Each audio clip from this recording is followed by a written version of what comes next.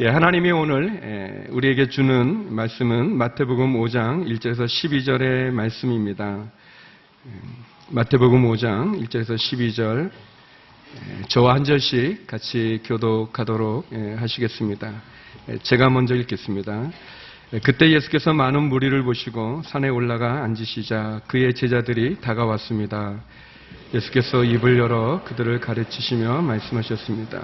복되도다 마음이 가난한 사람들이여 하늘나라가 그들의 것이다.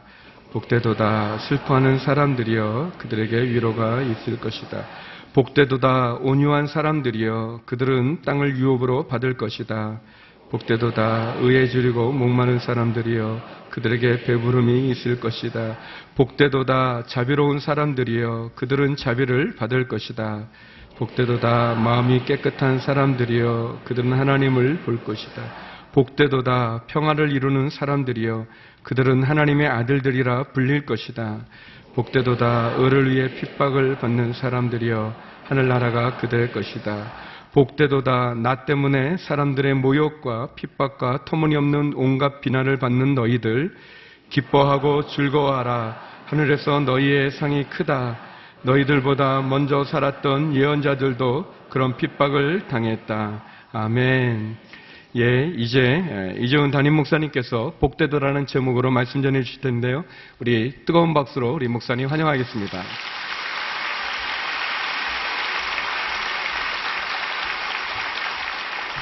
할렐루야. 우리 하늘은 땅에서 열립니다. 이런 믿음을 가지고 40일간의 특별 기도의 시간을 통해서 특별히 임재하신 하나님의 은혜를 체험할 수 있게 되기 바랍니다. 하나님 앞에 이렇게 작정하고 나가는 것이 겸연쩍어서 또 지금까지 별로 기도 많이 안 했는데 갑자기 기도하려고 하니까 어색해서 절대 그런 생각하지 마시기를 바랍니다. 하나님은 절대 어색해하지 않습니다. 또 하나님은 우리가 어느 때에 또 어떤 마음으로 나왔든지 간에 지금까지 우리의 삶이 어떤 모습이었든지 간에 우리의 현재의 모습을 보시고 우리를 받아주시는 하나님인 줄로 믿습니다. 우리가 마음을 새롭게 정하고 또 새로운 결단으로 하나님 앞에 나아가면 하나님은 언제 그랬냐는 식으로 우리를 맞이해 주시고 또 우리의 기도에 응답해 주시는 하나님인 줄로 믿습니다. 하늘은 땅에서 열린다라는 주제로 우리가 40일 기간 동안에 기도할 때 기도의 제목으로 삼고자 하는 말씀은 산상수훈입니다. 산상수훈은 마태복음 5장, 6장, 7장에 예수님께서 말씀하신 말씀 중에 핵심적인 교훈을 차지하고 있는 말씀이죠. 보석과도 같은 말씀입니다. 가장 많이 알려져 있고 불신자들에게도 알려져 있지만 가장 이해하지 못하고 있는 말씀입니다. 또 우리 성도들에게는 가장 사랑받고 있는 말씀이지만 사실 가장 순종하고 있지 않은 말씀이기도 합니다. 이 말씀들은 예수님께서 산에 올라 앉으셨을 때 제자들이 나와왔을 때 그 제자들에게 주신 말씀입니다. 예수님이 평지에서도 말씀하셨고 또 때로 해변에서도 말씀하셨는데 이 산에서 말씀하시는 이 교훈이 예수님의 가르침의 핵심적인 교훈이 되는 이유는 무엇일까요? 특별히 산상수훈 이렇게 산에서 가르치신 가르침이 핵심적인 교훈이 되는 이유는 모세가 율법을 받으러 산에 올랐을 때 하나님이 특별한 임재 가운데 율법을 주셨죠. 특별한 하나님의 음성을 들려주셨죠. 산에 오른다는 것은 성경에서 하나님의 임재 앞에 더 가까이 나아간다는 것을 의미합니다. 예수님은 많은 무리들에게 이 말씀을 주지 않으셨습니다. 산에 올라 계신 주님 앞에 그 주님의 임재 앞에 더 가까이 나아간 소수의 제자들에게 예수님은 이 말씀을 주신 것입니다. 이 40일의 특별 새벽 기도 기간은 산에 올라 앉으신 주님 앞에 기도하는 마음으로 그 임재를 사모하는 마음으로 나아가 그 음성을 특별한 음성을 들었던 것처럼 이 소수의 제자들이 하나님의 음성을 들었던 것처럼 그렇게 주님의 음성을 듣는 자리가 될 수 있게 되기를 축원합니다. 이 산상수훈은 천국의 대헌장, 천국의 마그나 카르타라고 불리기도 합니다. 하나님 나라의 시민이 보여주는 윤리 그리고 그러한 모습을 보여주는 거죠. 그렇지만 이것이 하늘나라에 들어가기 위해서 지켜야 되는 법은 아닙니다. 산상수는 우리가 하나님의 나라에 들어가기 위해서 이러이러한 법을 지키면 당신이 하늘나라에 들어갈 것이다 라고 주신 말씀이 아닙니다.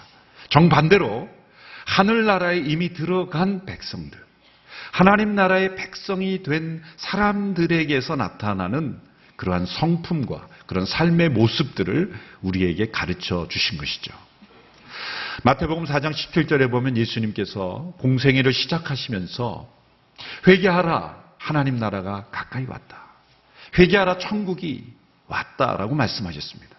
우리가 하나님 나라를 찾아가는 것이 아니라, 우리가 하늘 나라를 향하여 찾아가는 것이 아니라 하늘 나라가 우리에게 왔다는 것입니다. 그러면 우리에게 필요한 것은 회개입니다. 우리가 회개만 하면 우리 하늘 나라에 들어가는 백성이 되는 거예요. 이 땅에서 우리는 하늘 나라의 백성이 되는 것입니다. 우리가 죽은 이후에 하늘 나라에 들어가는 것이 결정되는 것이 아니라 이 땅에서 결정되는 거라는 거예요. 이 땅에서 우리에게 찾아온 하나님 나라, 예수 그리스도의 십자가 부활로 우리에게 허락된 이 하늘 나라에 우리가 회개함으로 하늘 나라에 들어가게 되는 것입니다. 이 차이를 깨닫는 것은 매우 중요합니다. 우리가 이 땅을 살고 마지막에 죽은 이후에 하늘나라에 갈지 못 갈지 그렇게 그때 가서 결정되는 게 아니에요. 우리는 이미 이 땅에서 하늘나라의 백성이 되는 것입니다.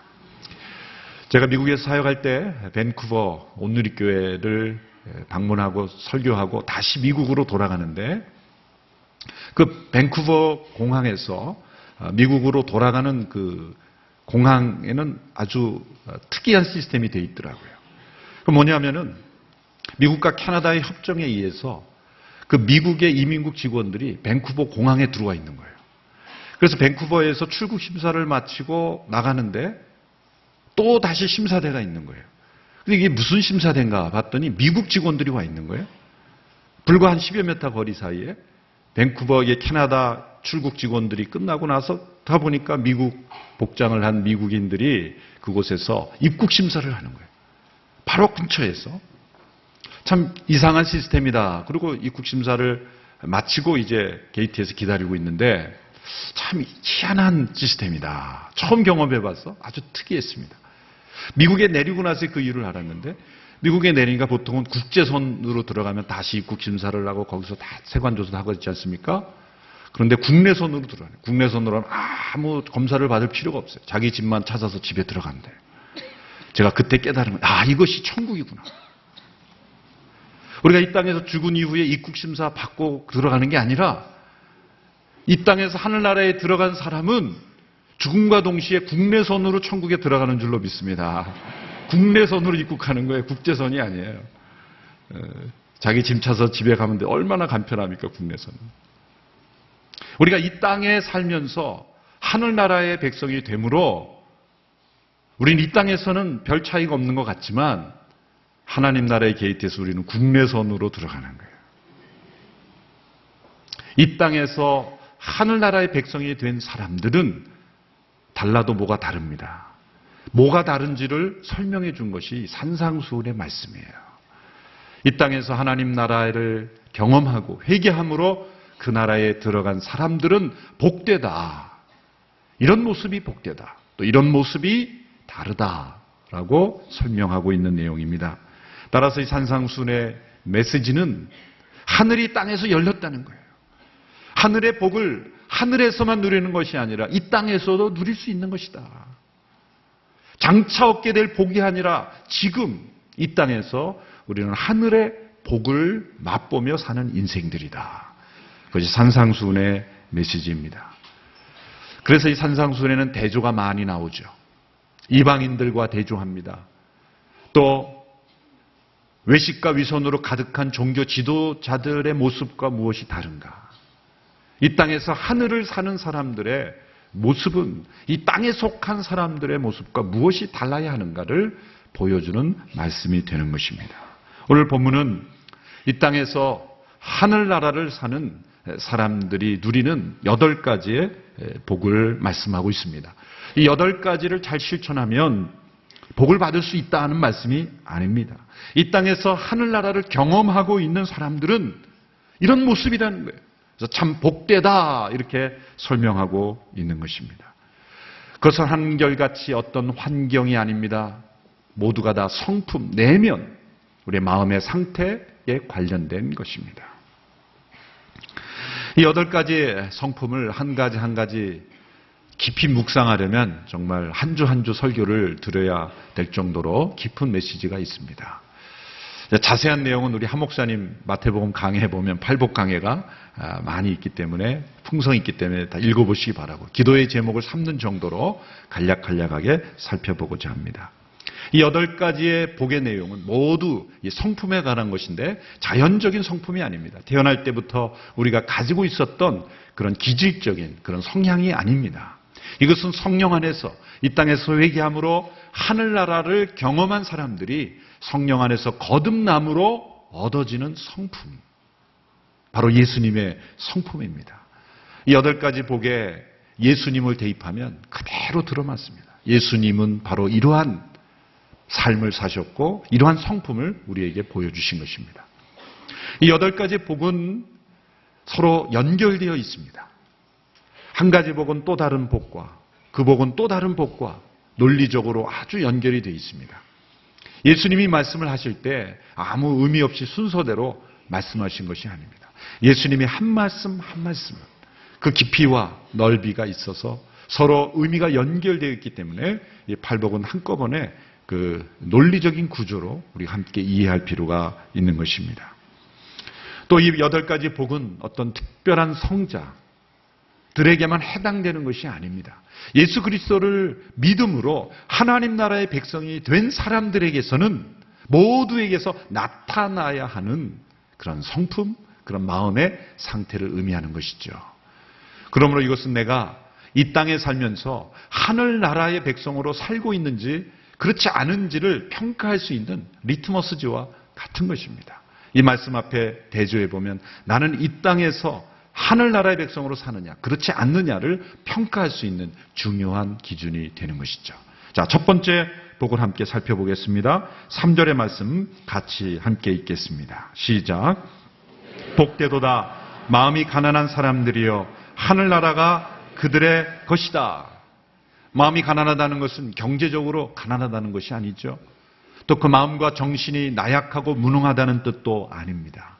지식이 많고 적든 재물이 많고 적든 정신적으로 튼튼하든 그렇지 않든 상관없이 그 마음이 가난하다는 겁니다. 영적으로 파산 상태를 의미하는 것입니다. 경제적으로 부도를 맞으면 얼마나 큰 마음의 절망이 옵니까? 영적인 부도 상태, 영적인 절망의 상태를 의미하는 것이죠. 하나님을 만났던 하나님 나라에 들어갔을 때에 사람들은 모두가 다 한결같이 마음의 가난함을 경험합니다. 이사야 선지자가 구약에서 하나님의 임재를 경험했을 때 그는 이렇게 고백했습니다. 화로다 나여 망하게 되었도다. 나는 입술이 부정한 자다. 하나님의 임재 앞에 설 때 나는 망할 수밖에 없는 존재라는 것을 깨달았다는 거예요. 이게 마음이 가난함입니다. 베드로는 깊은 데로 가서 그물을 내리라는 예수님 말씀에 순종해서 그물을 내렸더니 자기가 상상할 수 없는 자신이 한 번도 경험해보지 못한 놀라운 기적 앞에서 예수님의 임재를 경험하고 그는 이렇게 고백합니다. 주여 나를 떠나소서 나는 죄인으로서이다. 주님 앞에 감히 설 수 없는 죄인이라는 그러한 마음의 상태, 이 마음의 가난함입니다. 사도 바울은 예수님 만난 이후에 그는 이렇게 고백합니다. 이전에 내게 유익하던 모든 것은 다 해로운 것으로 여긴다. 이전에 나에게 유익한 모든 것이 유익이 아니었다. 이제는 다 해로울 뿐이다. 오직 예수 그리스도를 아는 지식만이 나에게 유익할 뿐이다. 하나님만이 나의 구원자시고 예수 그리스도 그분의 십자가의 은총이 없다면 나는 망할 수밖에 없는 존재라는 것, 그것을 하나님 앞에 절실히 깨닫고 주님 앞에 나아가는 것, 이 마음의 가난함입니다. 여러분 이 새벽에 나오고 또 이 새벽에 CGN TV를 통해 함께 이 말씀과 기도에 동참하는 성도들은 반드시 틀림없이 마음의 가난함을 경험한 사람들입니다. 그리고 이 40일의 특별 새벽 기도의 기간을 우리가 함께 참여하게 된 것도 마음이 가난하지 않고는 절대 일어날 수 없는 일이죠. 마음의 가난함. 이것이 바로 우리가 복되다라는 뜻입니다. 우리 좌우에 계신 분에게 말씀해 주십시오. 참 복된 분입니다. 그 이유는 무엇입니까? 마음이 가난하기 때문이에요. 마음이 가난하기 때문에. 그러나 우리가 믿음의 생활을 하면서 우리 자신도 모르게 마음이 부유해질 때가 있어요. 그것이 요한계시록에 나타난 라오디게아 교회 성도들의 모습이죠. 그들은 마음에 이렇게 생각하고 있었습니다. 나는 부자다. 나는 가진 것이 많다. 실상은 그들은 헐벗었고 굶주렸고 그리고 가난함에도 불구하고 나는 부유하다. 나는 부족한 것이 없다. 이 영적인 교만, 하나님 앞에 그 마음이 가난해지지 않고 부유해질 때 우리는 하늘나라의 삶을 잃어버리는 거예요. 대개 우리의 영적인 실패와 어떤 문제를 경험할 때는 반드시 마음이 높아지고 마음이 가난해지지 않고 마음이 부유해졌을 때, 마음이 살쪘을 때 우리의 삶에 문제가 생기는 것입니다. 이 40일간의 특별 기도의 기간에 중요한 목표는 바로 이겁니다. 우리의 마음의 가난함을 회복하는 것입니다. 그러면 하늘나라를 우리는 다시 경험할 수 있게 될 것입니다. 이 첫 번째 관문을 경험하지 못한 사람은 나머지 일곱 개의 축복은 경험하지 못하는 거예요. 이 마음의 가난함의 축복을 우리가 매일매일 일상생활 속에 경험하는 우리 모두가 되기를 축원합니다. 마음이 가난한 사람들은 복이 있습니다. 왜냐하면 하늘나라가 그들의 것이기 때문입니다. 두 번째 복입니다. 4절의 말씀 같이 읽습니다. 시작. 복되도다 슬퍼하는 사람들이여 그들에게 위로가 있을 것이다. 두 번째 축복된 상태는 슬퍼하는 사람들의 복입니다. 세상 사람들은 이 슬픔을 복이라고 말하지 않습니다. 즐겁게 웃고 기뻐하는 것을 복되다 말하지 슬퍼하는 자가 복되다라는 말씀은 성경에만 볼 수 있는 말입니다. 왜 슬퍼하는 자가 복이 있습니까? 그래서 첫 번째 복과 관련이 있습니다. 첫 번째 복은 마음에 가난한 자의 복입니다. 마음이 가난한 자는 슬퍼합니다. 마음이 가난한 자는 이 세상에 살면서 슬퍼합니다. 무엇을 슬퍼합니까? 첫째로 자신의 죄를 슬퍼합니다. 하나님 앞에 나아갈 때 내가 얼마나 죄악된 존재라는 것, 그것은 날마다 하나님 앞에 발견하면서 자신의 죄로 인하여 슬퍼하는 자, 그런 마음의 슬픔을 가지고 주 앞에 회개하며 나갈 때 성령께서 위로를 주시죠. 그리스도의 십자가의 그 보혈의 능력을 체험케 해주시면서 이미 그리스도 안에서 내가 너의 죄를 다 용서하였다 말씀하시는 하나님의 그 위로의 음성을 들으면서 십자가의 은혜로 위로를 경험하게 되는 거예요. 마음이 가난한 자가 자신의 죄를 슬퍼할 때 그 슬픔은 결코 슬픔으로 끝나지 않습니다. 그 옆에 계셔서 위로자가 되어주셔서 성령님께서 십자가의 은혜를 깨닫게 하시고 하늘의 위로를 경험하게 하시고 용서와 하나님의 그 사죄를 확신하게 하심으로써 이 세상에 줄 수 없는 하늘의 위로를 경험하게 해주시기 때문에 그 사람은 반드시 복된 사람입니다. 자신의 죄뿐만 아니라 이 세상의 죄, 심지어 다른 사람들의 죄를 보면서도 슬퍼하는 자들입니다. 우리는 이 세상의 신문이나 뉴스에 다른 사람의 죄와 문제가 드러날 때 우리는 슬퍼하기보다는 정죄하고 가십거리로 만들고 그리고 그들을 정죄하기에 바쁩니다. 우리는 신문을 보면서 날마다 슬퍼하는 복을 누릴 수 있게 되기를 바랍니다. 신문을 보면서 눈물을 흘릴 수 있게 되기를 바랍니다.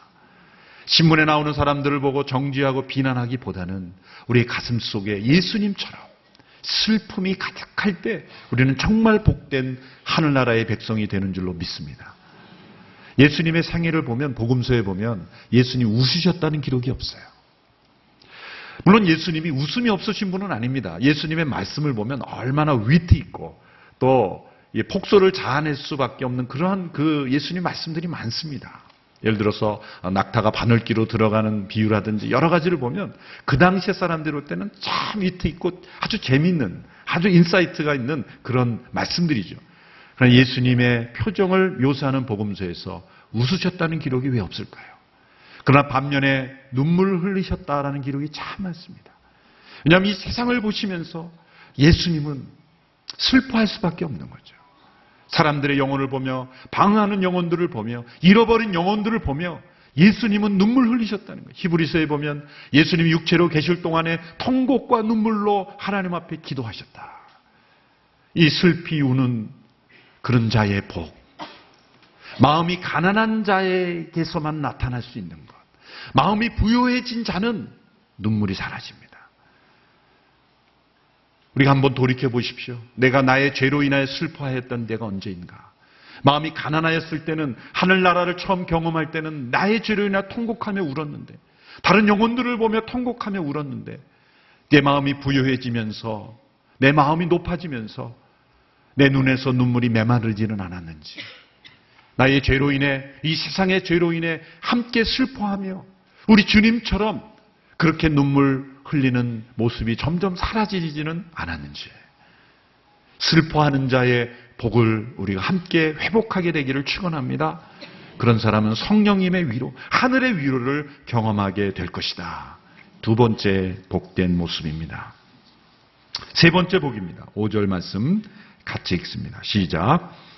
복되도다 온유한 사람들이여, 그들은 땅을 유업으로 받을 것이다. 세 번째 복은 온유함의 복입니다. 이 온유함은 첫 번째, 두 번째 복의 열매입니다.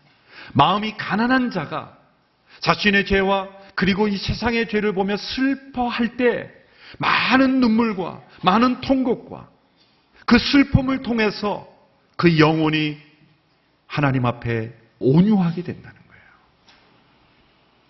첫 번째, 두 번째 복의 열매이죠. 온유함. 이 온유함은 하나님 앞에서의 온유함이 있고 또 다른 사람들과의 관계에서의 온유함이 있습니다. 하나님 앞에서의 온유함은 무엇일까요? 자, 모세를 가리켜서 이 지상에 있는 어떤 사람들보다 온유하다 그렇게 표현했거든요. 근데 사실 이 모세의 성격을 보면 그렇게 온유한 것 같지 않아요. 40세 때 보면 어땠습니까? 40세 때 그가 애굽의 관원을 쳐 죽였잖아요. 사람을 이 주먹으로 때려 죽일 수 있는 사람이 온유합니까? 아무리 봐도 온유해 보이지 않아요. 그런데 이후에 삶을 평가할 때 모세를 지상에 어떤 사람보다 온유하다 평가한 이유는 뭘까요? 40세 때 그가 혈기를 부린 이유가 뭘까요? 그는 자신의 무력으로, 자신의 힘으로 히브리 민족들을 일으켜보려고 했던 거예요. 하나님의 뜻에 순종하지 않고 자신의 뜻이 앞섰던 거죠. 하나님 앞에 온유함은 무엇입니까? 하나님의 뜻에 온전히 순종하는 것, 하나님의 주권을 인정하는 것, 하나님의 섭리를 받아들일 줄 아는 것, 내 뜻과 계획대로 앞서가려고 하지 않고 하나님이 움직이시는 대로 순종할 줄 아는 것, 그게 온유함입니다. 모세가 그런 사람이 됐죠. 40년 동안 광야에서 양을 치면서 그는 마음이 온유해졌습니다. 하나님의 때를 기다릴 줄 알게 되었어요. 그 이후에 40년 동안 그가 쓰임받을 때를 보면 그는 온유한 자로 하나님의 뜻 가운데 하나님이 말씀하시면 그대로 행하는 온유한 자가 됐다는 거예요. 다른 사람 앞에서의 온유함은 무엇일까요? 마틴 로이드 존스 목사님은 온유함을 설명할 때 아주 재미있는 표현을 사용하셨어요. 하나님 앞에서 우리가 죄인이라는 것을 인정하는 것은 어려운 일이 아니다라는 거예요. 그런데 다른 사람들이 그렇게 말하면 그거 받아들일 수 있겠냐는 거예요. 예배를 마치고 나가는데 어떤 사람이 당신 죄인이지 그렇게 말하면 그래 나 죄인이다 그러면서 화가 나지 않나요? 한 대 때려 죽지 않습니까? 또 올바른 말인데 맞는 얘기인데 그걸 정말 온유한 마음으로 받아들일 수 있냐는 거예요. 하나님 앞에서 내가 죄인이라는 것을 인정하고 슬퍼하면서도 정말 다른 사람들이 그런 문제를 지적하면 그것을 온유한 마음으로 받아들일 수 있겠냐는 거예요. 그게 진정한 온유함입니다. 제가 미국에서 사역할 때 새벽 기도를 마치고 이제 나가는데 어느 권사님이 저를 부르시는 거예요. 아주 심각한 얼굴로 쳐다보더니 목사님은 영역이 너무 없어요. 요즘 표현대로 하면 없어도 너무 없어요. 뭐 그런 모습이에요. 네. 저에게. 네. 새벽 기도를 마치고 나오는데.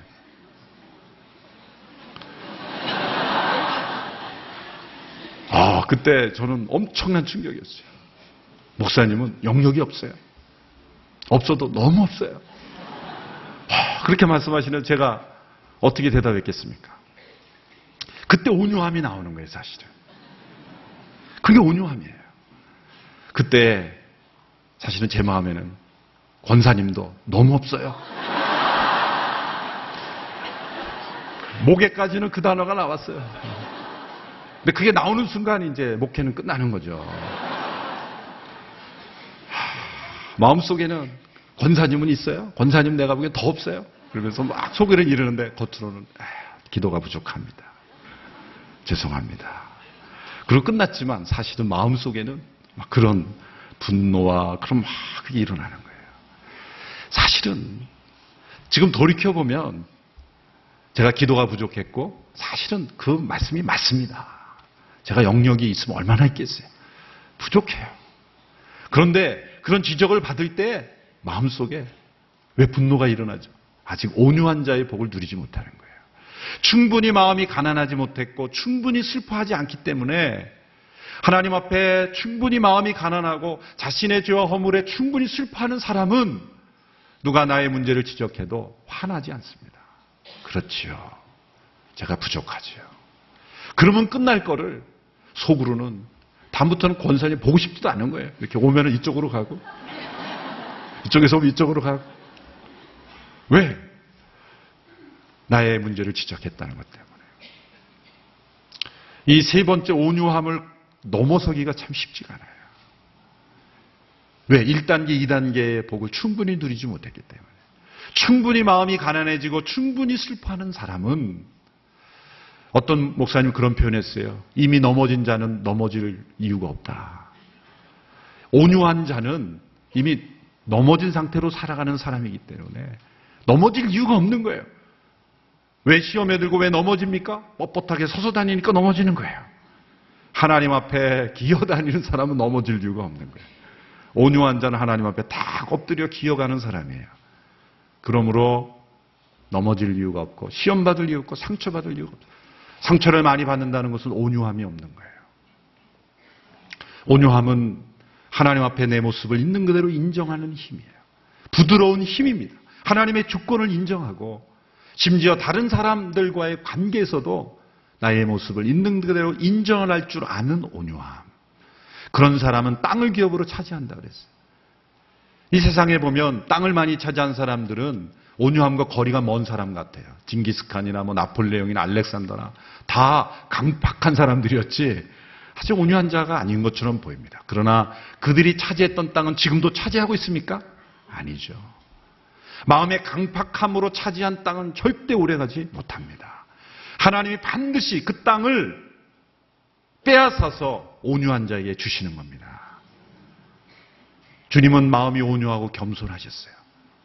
주님은 자기 것을 주장하지 않으셨어요. 그 당시에 종교자들이 침은 맞고 침을 뱉으면 그대로 받아들이고 정말 온유하셨어요.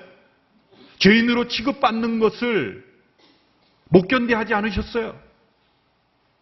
죄인의 모양만 되시고 마음은 아닌데 마음은 부글부글 끓어오르는 거 십자가로 참으신 것이 아닙니다. 온유함으로 십자가를 참으신 겁니다.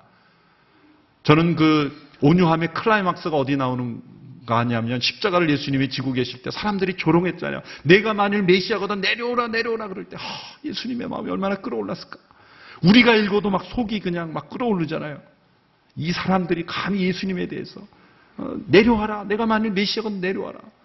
만약 저 같았으면 제가 예수님이었으면 내가 못 내려올 줄 알아? 그러면서 팍 내려가 버리는 거죠. 그냥 내려가 십자가를 뽑아 들고 이것들이 그냥 내가 참다 참자 하니까 이게 그렇게 하면 혈기 한번 내시면 십자가는 끝나는 거예요. 그때 예수님이 속에 막 부글부글 막 용암처럼 끓어오르는데 참으신 게 아닙니다. 온유함으로 참으신 거예요. 그래서 예수님은 온 세상의 주가 되신 거예요. 스데반 집사님도 온유하셨죠. 자신을 향해 돌로 치는 수많은 사람들 앞에서 천사의 얼굴을 했더라. 온유하지 않고는 이건 견딜 수가 없는 거예요. 스데반 집사님이 막 속을 부글부글 끓어오르는데 누가가 기록하니까 저 누가가 누가복음의 사도행전에 기록할 거니까 모습 포즈 취한 겁니까? 그렇게는 있을 수가 없는 거예요. 마음의 온유함이 천사의 얼굴로 나온 것이죠. 여러분 우리가 이 땅을 살면서 강포함으로 강팍함으로 땅을 차지하려는 이 세상의 정복자들이 아니라 온유함으로 하나님이 우리에게 부어주시는 땅, 하나님이 책임져 주시는 땅을 기업으로 얻는 우리 모두가 되기를 축원합니다. 네 번째 복입니다. 6절입니다. 시작. 복되도다 의에 줄이고 목마른 사람들이여 그들에게 배부름이 있을 것이다. 마음이 가난하고 슬퍼하고 온유한 자는 그 고통을 의에 줄이고 목마름으로 가져가는 거예요. 우리 몸에 배고픔이 있고 목마름이 있듯이 하나님의 의에 목마르고 배고픈 자는 배불림을 얻게 된다는 거예요. 여러분, 아프리카에서 태어나면서부터 조금밖에 못 먹는 사람들은 배고픔이라는 걸 사실 몰라요. 사실 그렇게 고통이 크지 않습니다. 우리가 그 사람들을 보고 하루에 한 끼 먹고 또 너무 적게 먹으니까 저거 먹고 어떻게 사나 염려하지, 사실은 그 사람들은 그렇게 큰 고통이 적어요, 사실은. 어떤 사람이 더 그 고통스러워요? 세 끼 먹다 한 끼 먹는 사람이 고통스러운 거예요. 배불림을 경험하다가 적게 먹는 사람이 더 배고픈 거예요. 하나님의 임재를 경험한 사람들은 늘 배고픕니다. 여러분, 이 새벽에 왜 나오셨습니까? 의에 줄이고 목말랐기 때문에 나온 줄로 믿습니다. 하나님의 의에 목마른 자예요. 하나님의 의에 배고픈 자예요. 이런 사람들은 배불림을 얻게 된다는 거예요. 이 세상의 것들로 배불림을 얻는 사람들은 반드시 망합니다. 그러나 하나님의 의에 배불림을 받은 사람들은 놀라운 변화가 일어나요. 그것이 나머지 복에 나오는 거예요. 그래서 이 네 번째 복은 이 터닝 포인트와 같습니다. 이 네 가지의 복은 모두가 다 수동적인 거죠. 자신을 비우는 거예요. 마음이 가난해지고, 그리고 슬퍼하고, 온유하고, 그리고 의에 줄이고 목마르고, 이게 모두가 다 자신을 비워가는 거예요. 수동적인 겁니다. 그런데 의에 줄이고 목마른 지점에 갔을 때에 하나님의 의로 배불림을 얻게 되었을 때는 이제는 적극적으로, 능동적으로 다른 사람을 향하여, 세상을 향하여 베푸는 삶으로, 나누는 삶으로, 변화시키는 삶으로 나아가는 거예요. 그것이 네 번째 복의 클라이막스예요. 의에 줄이고 목마른 자가 배불림을 얻게 되었을 때 이제 다섯 번째 복부터 어떤 변화가 일어나는지를 보십시오. 7절 말씀 같이 읽습니다. 시작. 복되도다 자비로운 사람들이여 그들은 자비를 받을 것이다. 자비를 베풀 수 있는 자가 되는 거예요. 배부르지 않고는 절대 다른 사람 앞에 줄 수 없습니다.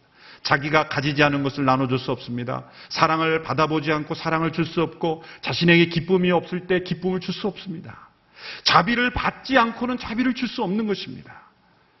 의에 줄이고 목말라 이제 의에 배부른 자가 되었을 때 반드시 나타나는 건 자비를 베푸는 사람이 된다는 거예요.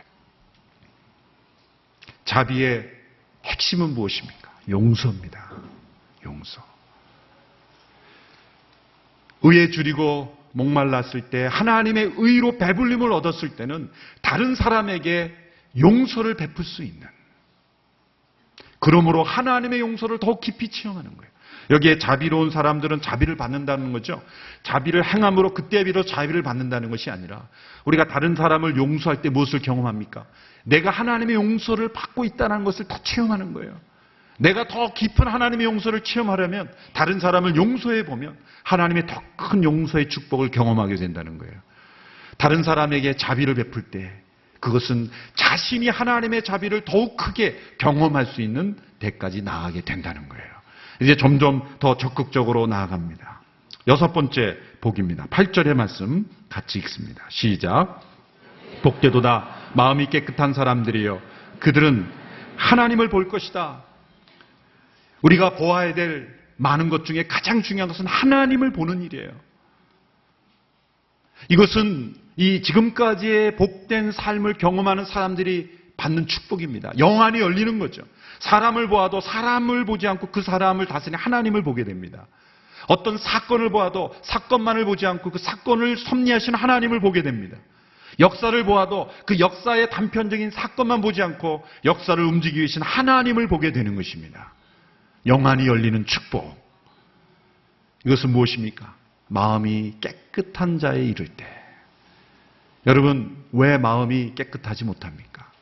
앞에 자비를 베푸는 체험이 없기 때문이에요. 자신을 놓아주고 용서하고 다른 사람을 축복하고, 그럴 때 우리가 경험하게 되는 마음의 청결함, 우리의 몸은 비누로 씻고 세제로 씻고 물로 씻을 수 있지만 우리의 영혼은 어떻게 깨끗해집니까? 우리의 마음속에 용서하지 못한 것을 용서할 때, 놓지 못했던 것을 놓을 때, 받아들이지 못했던 하나님의 뜻을 받아들일 때 우리의 영혼은 깨끗해지는 것입니다. 왜 하나님이 보이지 않습니까? 우리 마음속에 죄가 가득하기 때문이죠. 미움이 가득하기 때문이죠. 다른 사람에게 자비를 베풀지 않기 때문이죠. 하나님의 뜻대로 순종하지 않기 때문이죠.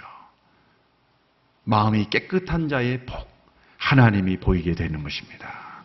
이 40일 기간 동안에 눈으로 보이지 않는 하나님이 우리의 영의 눈으로 보일 수 있게 되기를 축원합니다.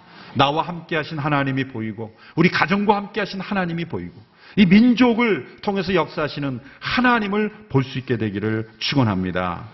7번째 복, 9절의 말씀 같이 읽습니다. 시작. 복되도다 평안을 이루는 사람들이여 그들은 하나님의 아들들이라 불릴 것이다. 이 7번째 복도 6번째 복과 연결되죠. 왜 이 세상에 평화가 없습니까? 마음이 깨끗하지 않기 때문이에요. 평화를 정말 이룰 수 있는 사람은 마음이 깨끗한 사람들입니다. 평화가 깨질 때는 반드시 거기에는 뭐가 있습니까? 죄가 있고 거짓이 있어요. 여러분, 가정의 평화는 엄청난 사기를 해야 깨지는 게 아닙니다.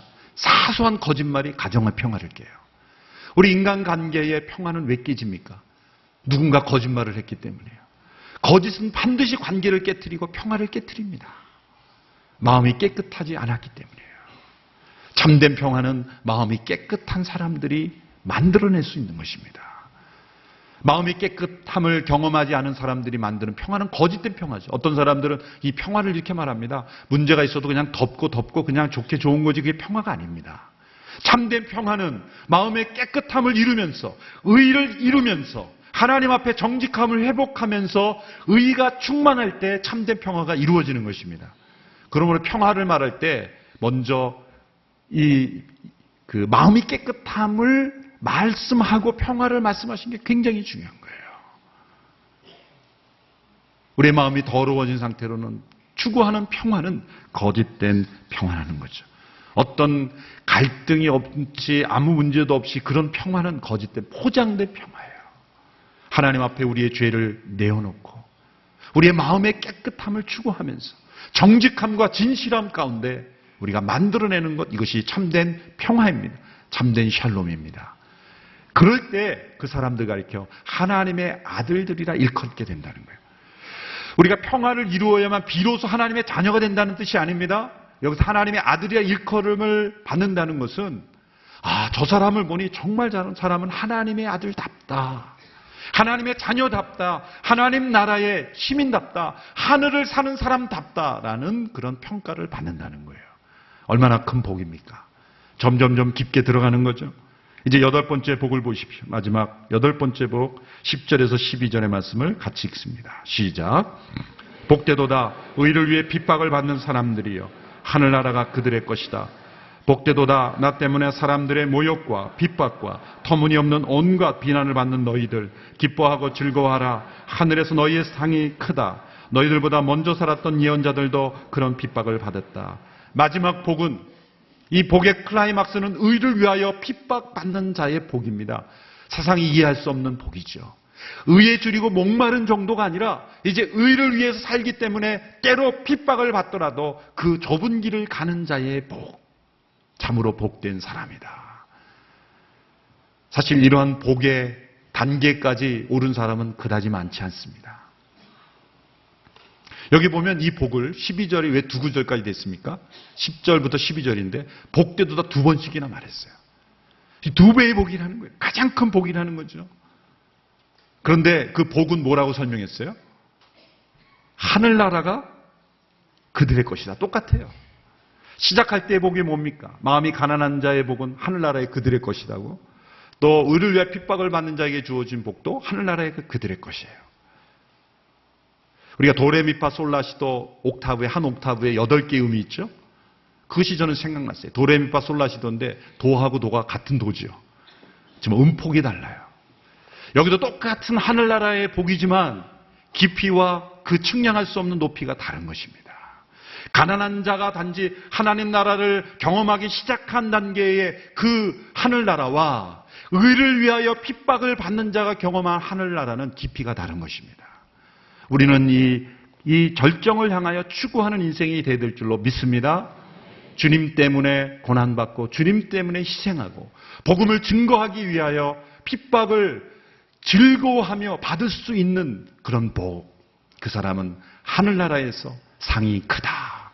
그러므로 2배로 복되다. 주님이 그렇게 말씀하셨습니다. 40일 기도를 통해서 우리 하나님 나라를 좀 더 깊이 경험할 수 있게 되기 바랍니다. 이미 우리는 하늘나라의 백성인 줄로 믿습니다. 그러므로 8가지 복을 우리의 삶 속에 날마다 체험함으로 이 땅에 살지만 하늘을 사는 우리 모두가 되기를 주님의 이름으로 축원합니다. 기도하겠습니다. 이 시간 합심하여 함께 기도할 때 주님, 나에게 하늘나라의 복을 허락하심을 감사합니다. 이제 내 마음 속에, 내 성품 속에, 내 인격 속에 이 하늘나라의 백성의 모습이 날마다 나타나게 하여 주옵소서. 무엇보다도 잃어버렸던 마음의 가난함을 회복하기를 원합니다. 주님, 내 마음이 부요해졌습니다. 주님, 다시금 회개하며 나아가게 되기를 원합니다. 이 40일의 기도를 통하여 내 마음이 더욱더 주 앞에 가난해지기를 원합니다. 함께 기도하며 나갈 수 있게 되기 바랍니다. 함께 기도하겠습니다. 살아계신 아버지 하나님, 감사합니다. 이 땅에 살 때 하늘의 복을 누리며 살 수 있는 저희들이 되게 하신 것을 감사합니다.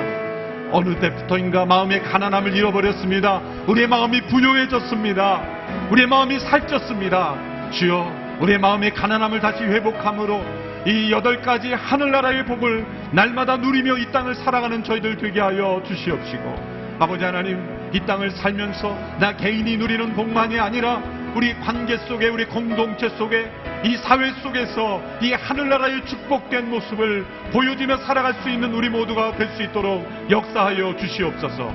아버지 하나님, 우리의 마음이 가난해지기를 원합니다. 우리가 하늘나라를 경험할 때에 아버지 하나님, 나의 힘으로 능으로 행할 수 없는 하나님의 놀라운 구원의 축복을 우리가 누리며 살았습니다. 주여, 그러나 우리가 잃어버렸습니다. 잊어버렸습니다. 마음이 부유해졌습니다. 우리 마음의 가난함을 잃어버렸습니다. 주여, 이 기도회를 통하여 하늘의 복을 다시금 체험하는 우리 모두가 될 수 있도록 역사하여 주시옵소서.